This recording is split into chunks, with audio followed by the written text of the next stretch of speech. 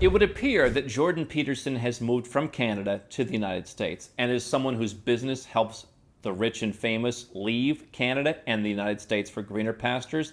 I think he made a big mistake, and today we're going to break down why. Quick note before we begin, if you are rich or famous, that means you have at least $1 million in liquid assets and you want to be our client, go to nomadcapitalist.com/apply. We will help you move somewhere with a lot lower taxes than Canada or the US. The good news for Jordan Peterson is if Trump annexes Canada as the 51st state, he can just go back. But here is Jordan Peterson talking to his daughter on her channel, Michaela Peterson, about why he moved to the US, and we'll dispel these one by one. So Jordan Peterson had this professional licensing issue in Canada. It did seem heavier-handed than what you might expect in a place like the United States. And so I think that's a great impetus just to start. Hey, I have this issue. I don't feel I'm being treated fairly. I'm going to go somewhere else where I feel I'm treated fairly. Now, our 5 magic words are go where you're treated best. My issue with Jordan Peterson's move to the U.S. is that he went where he was treated a little better. Let's continue. To say the least. And the new legislation that Liberals are attempting to push through, Bill C-63, I'll be living in a totalitarian hellhole if that legislation passes, and it could well pass. So the first real issue I have here is this idea, hey, I'm living in Canada, I'm going to be shunned for my opinions can even be made illegal.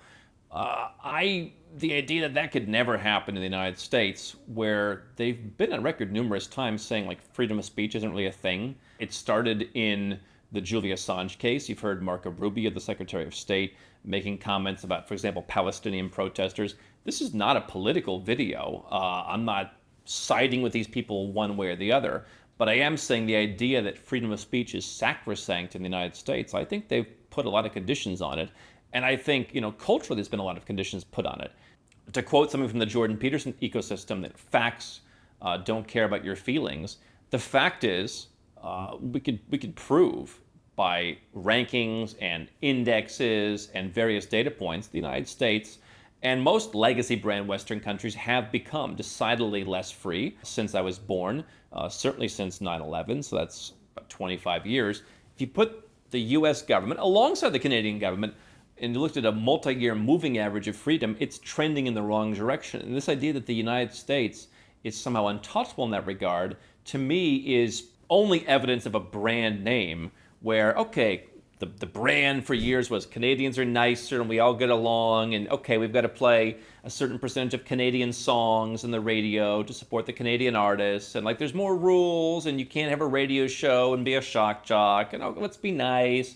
And the U.S. is this sort of rebellious place. There is that spirit, and yet I think it's been dying out. And whether you feel good that Trump is in office or not, you think he's going to change that, I don't know that changes the soul of the country long term. So freedom of speech, not entirely sure that is some kind of guaranteed thing. By the way, if the idea is, hey, freedom of speech when our guys are in power, you might as well live in China. You're a member of the party, you say what they want, okay, what's the big difference? I think it's going to be a certain cultural acceptance of certain speech now, and then someone else gets in power and it'll change, and in the long run, the country just trends in the wrong direction, and the country is really at each other's throats in many ways. Legislation passes, and it could well pass. The government in Canada at the federal level is incompetent beyond belief, and it's become uncomfortable for me in my neighborhood in Toronto. Would argue that most big governments are incompetent. I would argue that most governments in general are incompetent, but what we've talked about for years is smaller countries can turn on a dime more. A lot of countries have realized their bread is buttered by being more capitalist, by being more open, by welcoming people like Jordan Peterson who have money and who can contribute something to come to their country. I mean, look at El Salvador, for example, the kind of place that I think he's talked about, has turned on a dime and has become a much safer place, has become a much more open place. The U.S. government, during COVID, took a year to issue a passport. Where's Jordan Peterson talking about that? And the U.S. government, no matter what you think about Doge, has this tremendous waste and abuse on a scale that dwarfs whatever's happening in Canada. So I The fact that any of these other Western governments are competent is silly. Neighborhood in Toronto, that's how it is at the moment. So you're thrilled. So he's talking now about the safety. That's the next argument. Number 3 is he feels unsafe because there's different arguments. People have said in Canada, too much immigration has made things unsafe. Obviously, prices have gone through the roof, so you're paying a lot of money to have less safety. Statistically, Canada is still relatively safe, and so we can look at how do you feel, we can look at where do you live. I think that there's an interesting argument to be made for perhaps no matter where you go in some cities in Canada, there's a certain level of lack of safety. Whereas when I go to a place that is statistically less safe, like Bogota, Colombia, I can live in my neighborhood, which I believe is relatively safe. And so you have these certain pockets that maybe aren't as prevalent in some places in Canada. I would imagine they are, certainly in the suburbs, but we can choose to look at it one of two ways. We can choose to look at it as I live all around the world, mostly in places that are ranked pretty safe, but occasionally I go to some place like Latin America. There are places like Colombia that are less safe. The United States is ranked at 132 safest country, just behind Iran. Meanwhile, I imagine a lot of Jordan Peterson's acolytes would complain about a country like Ireland. They talk about WEF influence there, what have you. That's third on the Global Peace Index. Are there issues in Ireland? Sure. There's also issues in the United States. There's also issues in Canada. And yet, what else is on the Global Peace Index? Malaysia is now in the top 10. And that's not only for safety, but it's for natural disaster safety, and it's for geopolitical shock protection and all those things. So the country where we host Nomad Capitalist Live, our 4-day event, is now in the top 10 in the Global Peace Index. And so to move to number 132, when you could move to number 3 or number 10 or anywhere in between, to me just seems a little bit silly to talk about safety. I mean, Puerto Rico, if it were a separate country rather than just a U.S. territory, it's one of the most 25 dangerous regions in the world for violent crime. Meanwhile, Egypt, Ukraine, Lebanon, Pakistan, all safer than Puerto Rico. So safety, to me, again, is it based on the facts or is it based on your feelings? I can make an argument for both. I can make an argument for I can go to places that statistically are about as unsafe as the U.S., and I can live in a pocket and I can be fine. I can also make the case for the Gulf, a place like Ireland, a place like Eastern Europe, Serbia, Georgia, those do pretty well. Armenia, as well as a place like Malaysia, all statistically safer. And personally, I feel safer. So you can go both ways in that. I mean, one country we've talked about over the years is Georgia. I mean, Jordan Peterson could have moved to Georgia. And so you could make the argument, okay, Malaysia or, the UAE or Qatar, these are safe countries, but they're Muslim countries. Malaysia, I think, much more liberal Muslim country, which is why we can host Nomad Capitalist Live in Malaysia. But Georgia has half the crime rate and shares many of his conservative values. And oh, by the way, has zero tax on foreign income. So he could go and he could not do his speeches, but he could go and put together his online materials and the things he sells there. And he could also move to Andorra, which has the lowest crime rate anywhere in the world. And so moving to the U.S. and saying it's safer, listen, maybe it's more convenient. Maybe that's where I want to give my speeches. But to say or to intimate that it's safer, there's much safer places. What happens is that as soon as you're successful anywhere in the world, if you have any sense, you move to the United States. Because Okay, so with all due respect, this is like 1982 calling. And I think there's a video here, like some musician on stage from like, I don't know, I think I was a glimmer in my mother's eye when this was, we'll see. I mean, anyone with any sense moves to the U.S. once they became successful. My business proves otherwise. We work with thousands of people.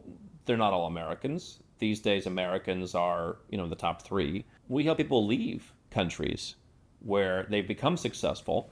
And you know what? I left the United States and I built the vast majority of my empire while I'm outside of the U.S. I took what I learned primarily from my family, and I lived overseas, and I did very well. I built my biggest business ever. The trend is changing. I think what he's talking about is this bygone era where I understand Jordan Peterson wants the West to work, and he reminisces about the Western world and the democratic values, and I just think that's gone. If you look at how difficult it is to move to the United States, if you're a talented engineer, for example, look at the whole H-1B debate earlier this year. Should we be bringing in talent from other countries? Those people, okay, yes, some people do want to come, and they've made it really hard. There are certain residence permits and green cards you might wait years to get. Whereas, in Ireland, you could wait 1 to 2 months and you could get your residence permit, and they're nicer to you. Or you could go to the UAE and Dubai and do it in 1 to 2 weeks. And so the places with some of the biggest populations that used to move to the United States, China, India, they're either becoming more nationalistic in some cases and staying in their own countries as their country gets better, or they're moving to places like Dubai, where it's just easy. I mean, there's competition now. If you have any sense, you move to the United States. Yeah, sure, Elon Musk moved to the United States. Sure, Peter Thiel moved to the United States. There are successful people who go there. Those guys moved decades ago, by the way. I think that if you look at millionaire migration, if you look at our business, a lot of people with sense are leaving the United States. I don't get it. Because everything is way easier here, and you don't get hassled as much. I couldn't believe how. So his argument is everything is easier in the U.S. And listen, there are some things. No easier place in the world to fire people. And so if you want to, staff up a company, now there's all kinds of other risks with that. I don't see $5 million settlements with employees outside of the United States. But sure, building up a company, being able to fire people, that is easier. Some of the paperwork, sure. I mean, one of the easiest places in the world to close down a company, no doubt. But it's almost like the Roach Motel. I mean, once you get into like opening a U.S. company, for example, if you're a foreigner, as Jordan Peterson, I believe is, I mean, now there's things like the BOI. That's a relatively straightforward filing, but it's something you got to think about. And they can't make up their mind. Do you file it? Do you not file it? It's been all over the map. Things like Form 5472. None of this is tax advice, of course. But, there are things that you have to do. And there are places that it's easier. I mean, again, the aforementioned Georgia, easier to manage a Georgian, i.e. the country of Georgia, LLC, than a U.S. LLC. And that's not saying U.S. LLCs are that hard. If you want to do business all around the world, there's going to be some risks with that, particularly now with these trade wars and the tariff wars going on. There's going to be certain countries that just don't want you to sell there. Maybe it doesn't matter to Jordan Peterson. Maybe his audience is entirely Western. I'd like to do business with everybody. And I just think that the U.S. there's a stigma. I think they throw a lot of stuff at you. I think that they're a lot less forgiving. Georgia, UAE, Hong Kong, I mean, all ostensibly easier places to start and run a business than the United States. All you have to do is look at the Index of Economic Freedom. The U.S. has been going down, for the most part, for years because it is not the easiest place to do business, and it's certainly not number one. That's Singapore. Now, Singapore, they do have some of the same burdens that the U.S. does in terms of everything needs to be done perfectly, but certainly more economically free. Believe how much easier it was here when I moved. Everything. Even easy to get a driver's license. The amount of red tape in Canada compared to here. Go where you're treated best. And I get it. And listen, we've all gone somewhere, and I've done this. And you go somewhere, oh, look at how easy that was, right? I mean, I still get excited. During COVID, when Americans were taking a year to get a passport, I would get mine renewed in a day in some countries. So driver's license, cool. You know what the easiest place in the world, I believe, is, again, the country of Georgia. There's people who go to the country of Georgia to get a driver's license because it's one of the easiest places in the world. So I'm glad he's happy. But I genuinely am glad for the guy that he's happy with his decision. But my issue here, which I'll come back to in a second, he's considered one option, and he's romanticized that option. The amount of red tape in Canada compared to here is insane. You can't do anything. Yeah, well, and the Americans are going to be working real hard at getting rid of some extra red tape. So, Yeah. And they'll probably manage it. The idea that the U.S. is ever going to be red tape free, I mean, how many politicians have been saying they're going to do that for a long, long time? Again, facts don't care about your feelings. If you look at what Doge has actually done so far, I don't pay much attention to it, but you've seen, they cut, some tiny sliver. 90+% of the U.S. is entitlements, and it's the debt, and it's the military. Until any of that goes, until you pay off the debt, or until you slash the military, or until you throw Granny out in the street, you're not going to make much change there. Some things can't be fixed, and the U.S. is a dying empire, and I get it. A lot of Canadians look at it and say, it's the big brother next door, and they have certain freedoms that we don't have.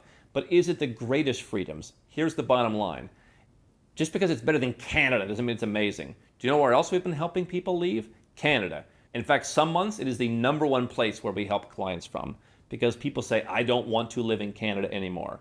And yet they come to us, they go to nomadcapitalist.com/apply, they become our client, and we're helping them move to all kinds of places.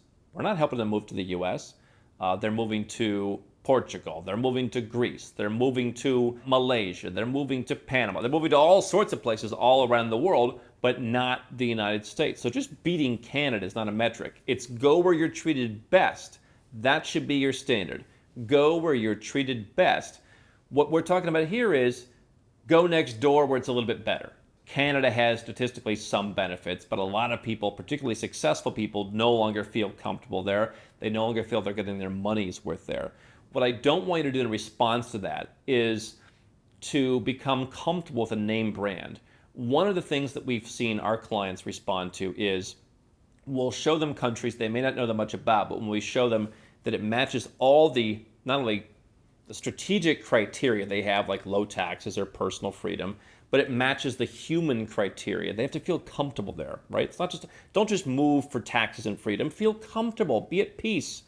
When we show them a place that they might not have considered, they will, in some cases, just say, okay, I'm going to go to that place because it meets all the criteria. I came in wanting to go to Thailand, for example, but you convinced me Malaysia gives me more of what I want. I never thought about Malaysia. That's one reason we film our Live Like a King series, is to show you places that may have been overlooked and show them as great places to live. And so I'm going to invite Jordan Peterson right here and right now to come to Nomad Capitalist Live as my guest. I'm not asking him to speak. Come to Kuala Lumpur and the event and see what it's like to come to a place where maybe you don't have as many things written down in a constitution, but there's a much greater sense of soft freedom. People are much kinder. Your taxes are going to be much lower. And you're going to see a totally different place. So that's my standing invitation to Jordan Peterson. But what I would tell all of you is not to go for the name brand. I can tell you from experience, there have been places that I've romanticized. Oh my God, oh, the people are so nice, and this and that. And it only lasts for so long if there's cracks in the system. And I think a lot of people, including Canadians, and including we've had Mexican clients, who and other people in Latin America who are their number one place is the U.S. And that's the one place we don't help people move. They have to go somewhere else if they want to be our client. And what's interesting is how much they romanticize it. And people I know who've lived there, I mean, we hear from these people. They're like, I thought it was going to be so much better than it was. I romanticized it. And you can only live on romance for so long. And we've seen people come to Nomad Capitalist Live, leave comments, talk to me personally, come up to me in the street. Hey, you know what, Andrew, you're right. I moved from somewhere to the United States, and it only took a number of years before I realized it's a little bit of a marketing act, and that's what gets people to go there. It is not actually better than where I'm from or than what the alternatives are. And so I'm all for feeling and being comfortable and enjoying, but I think what Jordan Peterson to some extent is doing is romanticizing and therefore overlooking that there are places that on every metric discussed will be better. And so I'm happy that he made the decision that he made. I don't judge for where they go, and the same way I wouldn't want people to judge me for the very different lifestyle from that I live. But I think romanticizing and simply going to the name brand is never a good idea. We help our clients figure out what for them is the best fit. Some people prefer paying zero tax and they don't need so much, they don't have people to say whatever they want. Some people, personal freedom is all that matters and they'll pay more taxes to get it. Some people want something different. Everyone has something different. You can go to nomadcapitalist.com/apply. I mean it, by the way. Jordan Peterson is welcome to attend. I will get him into Nomad Capitalist Live for free this September, and he will be treated very well, and he will get a chance to see all the different opportunities out there, because I think the U.S. isn't it.